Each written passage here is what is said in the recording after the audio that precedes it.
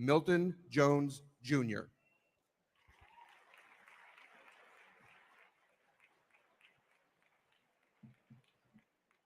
Hey, good afternoon, everyone. You're in for a real treat this afternoon. I'd first like to introduce our moderator for this afternoon's special discussion.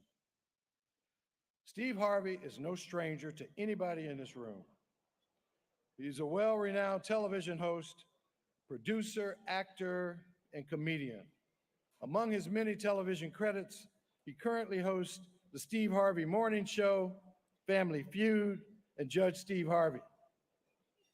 His accomplishments include 7 Daytime Emmy Awards, 2 Marconi Awards, and 14 NAACP Image Awards.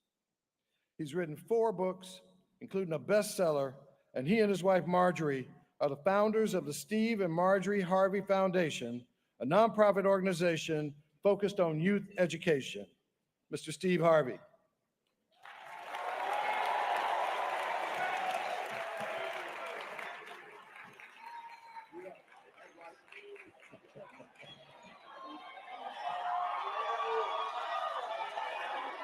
Yeah.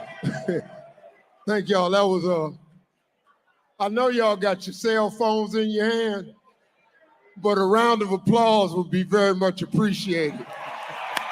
Thank you very much. I don't know how God done got me in this position. I'm talking to presidents and all of that, so I'm glad to be here. Thank you for having me. Thank y'all for inviting me. I'm an honorary member of the 100, but I'm a dedicated Black man. I'm about the uplift and edification of Black people. Everything I do is for us.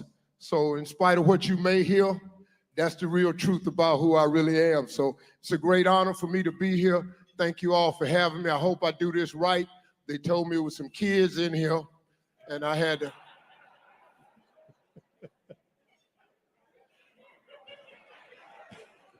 I'm not responsible for the raising of your children. I've raised all my children with cussing. It has been a great benefit. If you don't cuss at your children, that's yours. I'm just here from my ranch. I drove in from my ranch this morning. I got 250 boys down at the ranch that my wife and I acquired. Our boys' mentoring camp is happening this week. Father's Day, they will graduate on Father's Day. So we done broke up 15 fights. No, seriously, 2 boys made a shank. The juvenile system gave me 2 boys. We removed the ankle bracelets and sent them to the camp because the camp is so effective. He got his ankle bracelet off and his ass ran. And so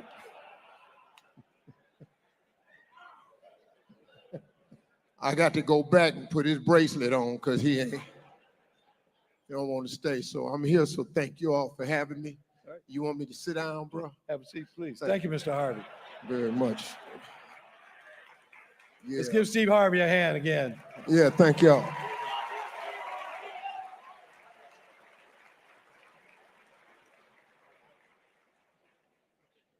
My next introduction gives me very special pleasure. I was fortunate to meet Madam Vice President during her initial stop on her economic opportunity tour. As we talked, I could see that she was genuinely concerned about economic opportunity for all. I shared how the 100 organization and I, as an individual citizen, have deep concerns regarding economic opportunity. The work Vice President Kamala Harris has delivered in this area carries a focus that is critical to my community, to my family, and to me, and to all of us here today. Improving the economic wealth gap that exists in our country is absolutely essential. And the Biden-Harris administration has made historic progress. Her focus on creating opportunities for the nation as a whole, and for African Americans in particular, resonated with me. I've seen her stand up and work to demystify how to do business with the government. This work creates a government that is not just for some, but for all. Her integrity and unwavering commitment, her approach and ability to view through an equitable lens and her absolute effectiveness are things I greatly admire. As a nation, we're all benefiting from this, whether we know it or not. Her commitment to creating opportunities has led to change for people in general, and it has delivered real economic impact in cities across the country, including Detroit, Milwaukee, and right here in Atlanta, and in all those cities, the 100 has shown up. And now it is my honor to introduce the first woman to be elected Vice President of the United States, Kamala Harris. Let's give her a round of applause.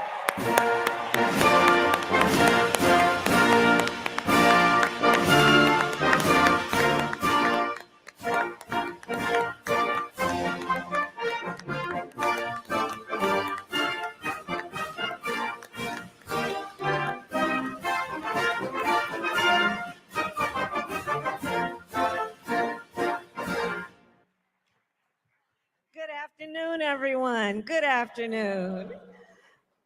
Chairman Jones, thank you so very much for that introduction and hosting us today. Thank you very much. Shall we? Okay. Well, how are you, Madam Vice President? I am very well, Mr. Harvey. You've How been you pretty doing? busy. Yeah, I'm in these streets. Yeah, you are, really, you are. Uh-huh. What's your schedule after this? So I just flew in from Washington, D.C. After I'd leave here, I go back to Air Force Two to go back to D.C., and then about 4 hours later, I get back on the plane to go to Switzerland to do a few meetings there regarding what's happening in Europe, and particularly what's happening with Ukraine. And then I will do those meetings and then come right back. Me and Marjorie going to Croatia Tuesday. That plane you on, can we use Air Force Two? That's the one. That's nice.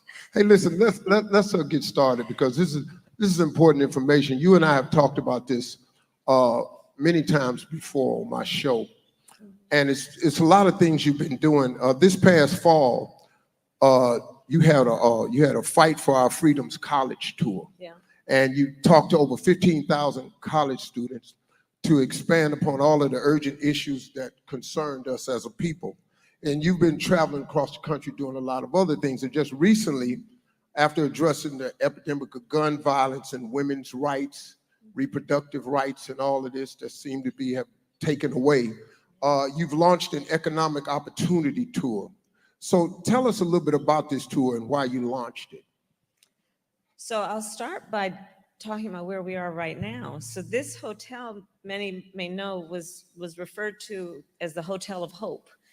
This was the only hotel that allowed Dr. King to speak. And it was here in this very ballroom that Dr. King gave one of his last speeches. I think it was the last one in his Poor People's Campaign, talking about, of course, what he was on the verge of doing, which was to merge the civil rights movement which is, of course, a movement about justice, with the movement around economic justice. And it was shortly after he was here that he was assassinated. And so the symmetry of being here as the first Black Vice President of the United States to talk about the importance of growing economic opportunity for the community is something that I feel very strongly about. And so I'm doing this tour. Thank you. So I'm doing this tour mostly because I believe that for those of us who do the kind of work that our administration is doing, that President Biden and I are doing, in order for it to be real, it's got to hit the streets. And the only way that that will happen in a meaningful way is if the people are aware of what is available to them and then take advantage of that. So I wanted to come and speak to 100 Black men, to this organization, because I know who everyone here is. This is a room full of leaders of every age who can help get the word out about what we have made available, because it's so important people take advantage of what's available. So I'm doing this tour to, one, highlight the importance of speaking truth about the obstacles that have existed for access to capital for home ownership for Black folks, and what we are doing to actually deal with those obstacles in a way that we create opportunity. I'm going to talk a little bit about that in a minute. So for example, what we're doing around reduction of debt, debt forgiveness, what we are doing to address the racial wealth gap as it relates to a number of issues, including access to capital for our small businesses and entrepreneurs, what it means in terms of housing discrimination, and the work that we need to do and will continue to do to address those issues. And really the essence of this tour is born out of a belief that people need more than just what is necessary to get by. We want to get ahead. And we know that it is important that we have reduced Black unemployment to historic lows, but that's a baseline, which is that people have a job. In our community, we also have ambition, aspirations, incredible ideas. And the division between that and actually being able to put it to use is often about access to the relationships of the capital that can take us from those good ideas to creating a business, starting a business, growing a business. So that's why I'm doing this tour.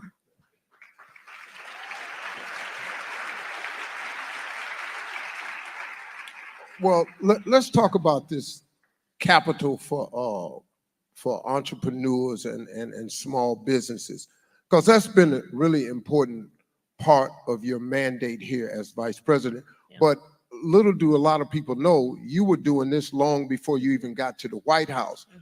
You have been a huge proponent about entrepreneurship dollars and stuff that's available now, and a lot of people are not aware, and there's a lot of, like you say, really brilliant people in this audience here. Mm-hmm. Who are entrepreneurs. It is the minds in this room is really startling, man. There's some really sharp people here, right? And if they only knew what was available for them. Tell us more about this work for small business and entrepreneurs. So like you said, Steve, when I was in the United States Senate, I actually was responsible with a group of other senators for getting $12 billion more into our community banks. So the importance of community banks is they are, as they are called, they're in the community, led by members of the community. They are people who understand the capacity of the community, the needs of the community, the culture of the community. They are folks who, unlike the big banks, will see the dream that an individual has for what is possible. And instead of rejecting that dream because maybe it's something they've not heard before, they will listen to it and then give folks advice, including financial literacy advice, helping people know how to run a payroll, how to deal with inventory in a way that they can start a business and sustain that business and grow that business. So the money that we are putting in community banks is intentional in that it is there that we believe there is going to be the greatest opportunity for folks in the community to actually do the work that is about entrepreneurship. Since I've been vice president, I also created what's called the Economic Opportunity Council, and I got the big banks and big tech companies to invest private equity into community banks. And we're on track to getting $3 billion more into community banks because of that partnership.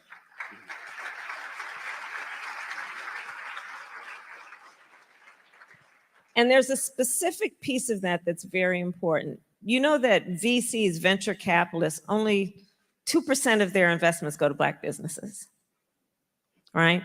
We also know that Black folks are 1/3, I think the number is 3 times less likely to apply for business loans. And a big part of that is that nobody likes to be disappointed, right? And the feeling, rightly, after so many things can disappoint, that I don't want to go for it and then be rejected. Right. So again, putting the money into community banks is about putting it into a place where people can walk in with a sense of dignity that is respected to actually be able to have access to capital. So we're doing that. The other piece that we have done is from the day that we came in office as an administration, President Biden and I made a commitment that we would increase federal government contracts by 50% to minority-owned businesses. And understand what that means. Once you get a federal contract, it's usually for 5 years, and you can renew it for 10, 20, 30 years. So, Steve, unless somebody messes that thing up, it's yours for a very long time, which is going to be a source of incredible wealth growing opportunity for yourself, for your family, and for your community. So these are some of the things we've done around access to capital to address the disparities that have for too long existed. And I put this all in the context of another reason I'm doing this tour. Since we came in office, we passed the bipartisan infrastructure law. We are putting billions of dollars on the streets of America to upgrade sidewalks, roads, bridges, freeways. Do you know that over 90% of construction companies employ 20 or fewer people? Those are small businesses. Think about, we are putting over $1 trillion, by my calculation, on the streets of America over the next 10 years to invest in a clean energy economy, adaptation, resilience to extreme climate occurrences. Federal contracts. What we are doing with the CHIPS and Science Act, we are investing in semiconductor manufacturing here in the United States because we know, and we learned if we didn't know before during the pandemic, this supply chain thing can really mess you up. And we need domestic production and manufacturing of some of these essential needs. So in the last 3 years, our accomplishments around growing the economy of America in a broad-based economic policy means putting trillions of federal dollars into the economy, which will require for it to be meaningful, folks to take up those contracts to do the work that is about building up our nation.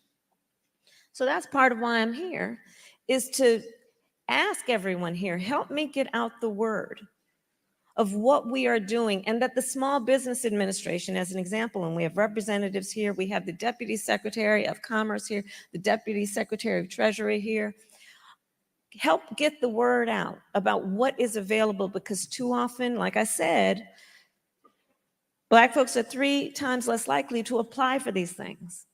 But we got to let people know that it's there so that they will apply and take advantage of what we are doing, including we have finally gotten rid of the prohibition on people with a criminal record being able to apply for SBA loans. We just got rid of that.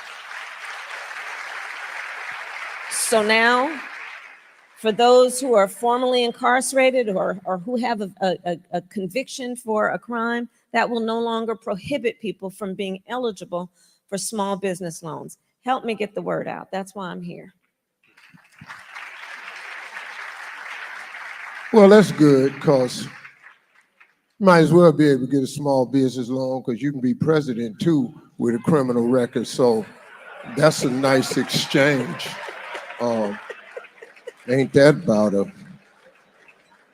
Yeah. You know, look, I've been reading this paper because I gotta stay to the, I got a headache trying to stay on course. So just let me go off this paper for a minute. Before y'all start calling my radio show and DMing me, talking about why you ain't asked no hard-hitting questions, that ain't what this is. I'm throwing a lob. This is an alley-oop for a dunk, because this administration needs to get the word out of what they're actually doing and what they're actually accomplishing, so we can stop all this foolishness about what you're doing for Black people. Can't nobody come out with no agenda and call it this for Black people and expect to get in the White House. You got to play the game different. Y'all know what this is. So now this next question is another lob for her to dunk, because they done a lot, man. But we see, I'm on this radio show and I'm hearing all these people talking about, I'm not voting if they not doing nothing for us. Listen to me. If you do not vote, the analytics will show, they know how many women vote, they know the age you are when you vote. If we don't vote, how we gonna ask for something next time? If you ain't got no voting power, you talking about reparations. Ain't nobody finna give you no reparations and you don't vote. Why you think they finna give us some money? No how, man. I hope they do. They owe us. I'll go down there.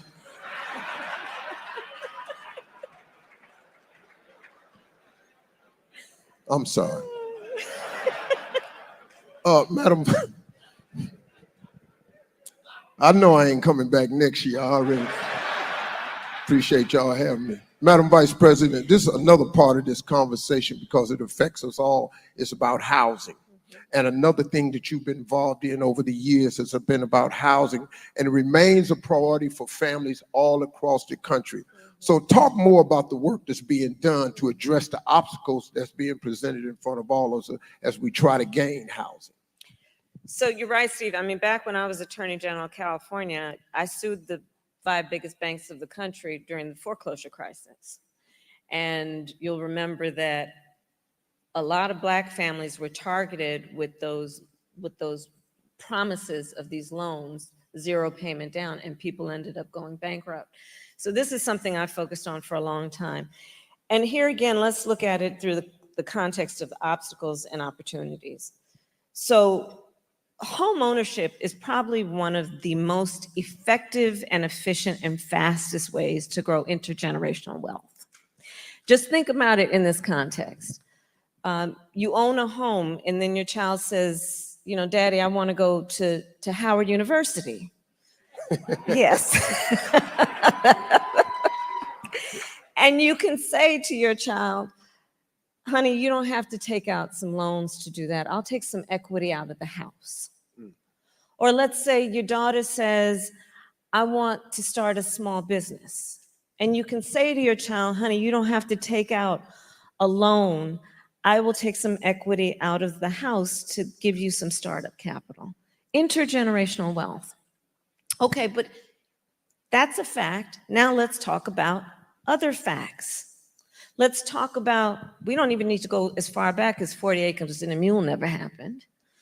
Let's go to the GI Bill. You know, we just celebrated D-Day. So remember, we call them the greatest generation, those mostly men who went to war and put America on the map as a leader around global peace and security. So the United States government, in essence, said, the people said, you are the greatest generation. You sacrificed so much. We owe you, and we believe in you. And there were policies then to boost their standing through loans, specific grants given to them to buy homes. So here was this incredible boost. Here's the reality. Black servicemen, because of what we know to be racial bias and racism in the system, did not receive those loans at the same rate. So where you saw public policy that was about a boost, right? We had disparities before that happened. And then you see the disparities grow even more. Take into account segregation, redlining, urban renewal, where in so many Black cities in particular, they would build freeways straight through the neighborhood, which would cut the business community, commerce off from the neighborhoods. Over and over again, we have seen these inflection points in the history of our country that have set folks back around home ownership. So one thing that we have to do is speak truth about that. And the second piece of it then is, what are we going to do to accommodate the fact that we have far too many folks who, for example, in Black families, there's no history in their immediate family of home ownership. What are we doing to give them a boost? So we are proposing a policy, which we are on track to getting done, so that if you are the first generation in your family to go for home ownership, you'll get a $25,000 credit for down payment. And if you are first in your family generationally, first-time home ownership, qualify for $400 a month in credits to go toward paying your mortgage. So these are some of the issues that we are seeking to address. There's another issue. Home appraisals. Again, it's about speaking truth, right? So, and I have to give great credit to the former Secretary of HUD, Marcia Fudge, who we worked on this for a while, and so this is where it is. Home appraisals. How many people here have heard the story about a Black family wants to sell their home or take out a second mortgage, needs to get the home appraised for its value? And they call in the appraiser. The appraiser comes in and appraises it for a certain number. The family knows that's too low. So then they get in touch with some friends of the family who are white and say, why don't y'all come over with your family pictures? We'll take ours down. You invite an appraiser over. The house appraises for higher. Racial bias in home appraisals is a real issue. Again, contributing to what we would see then in terms of disparities around the ability to accumulate and grow wealth. So what we have done is we are now requiring that home appraisers receive racial bias training to address, again, what are these seemingly small issues, but are very big issues when you talk about the overall ability of folks to catch up and to build the kind of wealth that we know is an entitlement, is a right of every hardworking person. So that's part of what we're doing on home ownership. Right. Good, good. Yeah. I think another important thing to point out from this administration is what's being done about debt.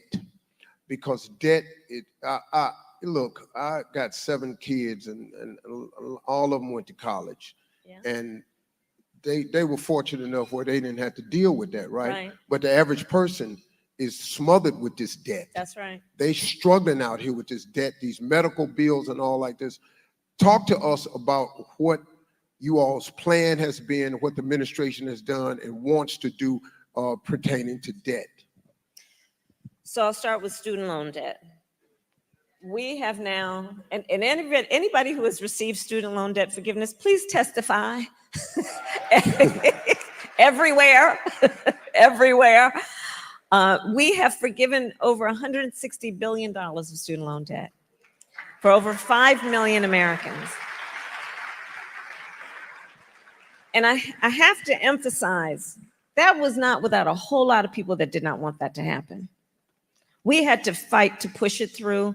The courts ruled against us on a part of it, and so we found another way of doing it. But here's the thing about student loan debt, especially what we know for our community. You look at, for example, HBCUs, the vast majority of HBCU students are Pell Grant recipients. Folks have to take out these student loans. And what we have found, especially when I meet, many places, many times, people who are public servants, our teachers, our nurses, firefighters, God knows we don't pay them enough as it is. And so what we are doing is we are forgiving student loan debt, and for our public servants, doubling the amount of student loan debt that we are forgiving. Here's what I want to ask the leaders in the room in terms of helping get the word out. Please help people know this. You can qualify for student loan debt even if you did not graduate. Help get the word out. And again, it's about the logic, but it's about the logic behind it. It's just about the logic behind it. Here's the thing. So most people, many people leave college, drop out because they can't afford it. But the loan is still due. So we are forgiving student loan debt, including for people who did not graduate, because we understand the nature of the problem and we're trying to fix it. Medical debt. Medical debt, for the most part, comes about because of a medical emergency. It is something folks don't plan for. It's certainly not something people want. And what ends up happening is people then accumulate all these medical bills, and it sets them back. As it is, think about the nature of the person we're talking about. They're going through health issues. It probably means they're losing time from work. It probably means they're struggling in many ways because of their health issue. And this medical debt currently gets counted, has been forever, counted against their credit score. We have made it so that now medical debt cannot be counted in your credit score. That's a big issue. Because you know, folks know, you know your credit score, like you know your weight. You know that number. People can, I'm sure if you say, neighbor, what's your credit score? They probably know, right? And so what we are doing is again addressing the realities of what holds people back and weighs them down, right? When we talk about the need for people to have access to economic opportunity, we have to take into account what holds people back. Because we don't lack for hard work, work ethic, good ideas, ambition, aspiration, but there are obstacles built into the system that have to be addressed to give people the opportunity. And it's not about a handout. It's about saying, give people the opportunity to compete. Give hardworking people the opportunity to get ahead and not just get by. That's what this is about. Wow, that's good. Medical debt relief. Yeah. Emergency medical debt relief. Real medical, not liposuction and BBLs. You got that, just you on your own with that. Don't go down there and fill out the paper and think they're gonna pay for that. It's probably not gonna happen. I got a, look, I can only be me.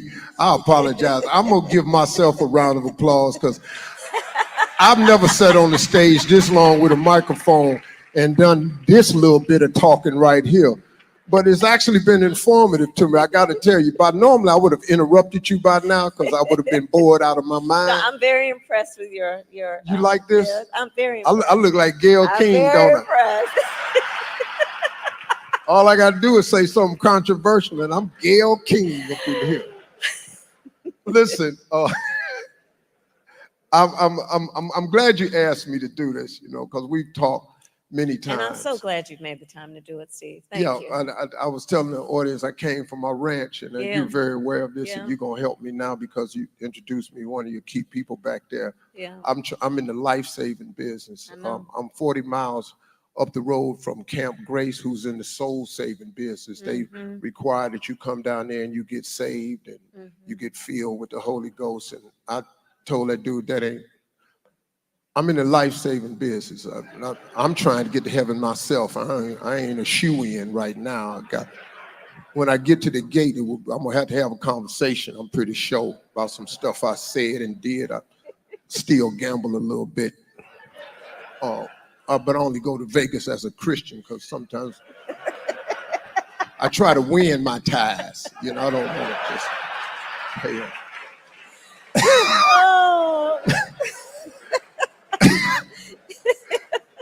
Listen, before we get out of here, I want to say this to you, Madam Vice President. We got a room full of incredible leaders out here. I mean, I feel so honored to be here. And there's so many young, brilliant minds in this room. What advice would you leave us today moving forward? Well, in particular to the young leaders, I'd say a couple things. One, you must dream with ambition. Your ambition is a good thing. It's good to have ambition. Don't ever let anybody tell you you should not have ambition and aspirations. You must have and know that you are applauded for having the ability to see what can be unburdened by what has been. And don't ever hear it when somebody says to you, oh, nobody like you has done that before. Oh, it's not your time. Oh, you're too young. Oh, and then this is one I love. Oh, it's going to be hard work. Don't you ever listen to that. I like to say, I eat no for breakfast. I don't hear no. And don't you either. The other point I would make is this, and certainly the leaders in this room know the experience that I will now describe. But to the young leaders, I will say, you're going to, in many times in your life, find that you are in a room, be it a boardroom, a meeting room, where you're the only one that looks like you. And I want you to hold in your heart and in your mind the image of what you see right now and in this room to know that when you are in those rooms, we are all in that room with you, expecting you will walk in that room with your chin up, your shoulders back, carrying the voice that we expect you to use in that room. And know you are always applauded for being there. Don't ever let a circumstance or situation or person make you feel alone. We are all there with you, and that's the beauty of what 100 Black Men does as an organization. And so these are the things that you must remember in life, and you must always know how celebrated you are and how special you are and how much you have to give our country. We need you. To the young leaders, I started, Steve, as you said, a college tour last fall. I'm gonna tell you, I love Gen Z. I really do. Now I'm gonna say to the older adults, you know that if someone is 18 today, this is humbling. You know what year they were born? 2006. Deal with that. But think about Gen Z and our younger leaders. They've only known the climate crisis. They have actually coined a term, climate anxiety, to describe their concern about having children one day or owning a home for fear of what extreme weather might do to wipe it out. They witnessed the killing of George Floyd. They went through a pandemic and lost significant pieces of their education and socialization process. During the height of their reproductive years, the highest court in the land, the Court of Thurgood, just took a constitutional right from them so that our daughters will know fewer rights than their grandmothers. And I would ask them, Steve, everywhere I'd went, and it was always a packed room with an overflow room, I'd ask the students, the young leaders, raise your hand if at any point between kindergarten and 12th grade you had to endure an active shooter drill. And almost every hand went up. It was bone chilling. This one younger student said to me, yeah, on this subject, that's why I don't like going to fifth period. I said, why, baby? Why don't you want to go to fifth period? Because in that classroom, there's no closet to hide in. On some of the biggest issues facing our country today and up in November, when these young leaders start voting in their numbers, I see a sea change. Because they're not playing around. This is not intellectual. This is not academic for them. It's a lived experience. And so I say to the young leaders then with that point, you were born leaders.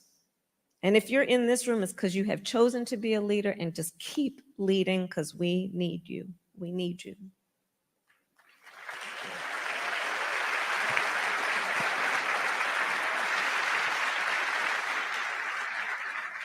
Well, we've come to the end. This clock is at 0. I did what I said I was going to do. Your Secret Service, all of them got guns, and they had me in the room by themselves, and they said when that clock hits 0, you must be through. So y'all can put them safeties back on your pistols because I've completed my task. Listen, I've been in rooms like this before. The vibe in here is incredible. I'm proud to be one of you. I love Black people. I'm proud when I see Black people. I'm about the uplift and edification of Black people. This administration has done so many things that can affect our community. They just can't label it Black. So please quit tripping. When we get up to November, we got to get to these polls, because this other group talking about make America great again. I don't know when it was supposed to be great for us, but when you start taking Black history out of schools and you start getting rid of diversity inclusion, I got a real feeling of what they think America would look great again. We have got to get to the polls, and this is the ticket we need to punch it for. It's the Harris-Biden ticket, and I think that's what we need to do. Thank y'all for having me. Ladies and gentlemen, Madam Vice President Kamala Harris. Yeah. Freedom, freedom, I can't move. Freedom, don't be losing. Freedom, freedom, where are you? 'Cause I need freedom too. I break chains. Selfie. So everybody smile. And we're going to take a selfie with Steve's phone. And just remember, on Juneteenth, however you celebrate Juneteenth in 5 days, I'm a call to action that everyone also think about how you register people to vote on Juneteenth. All right.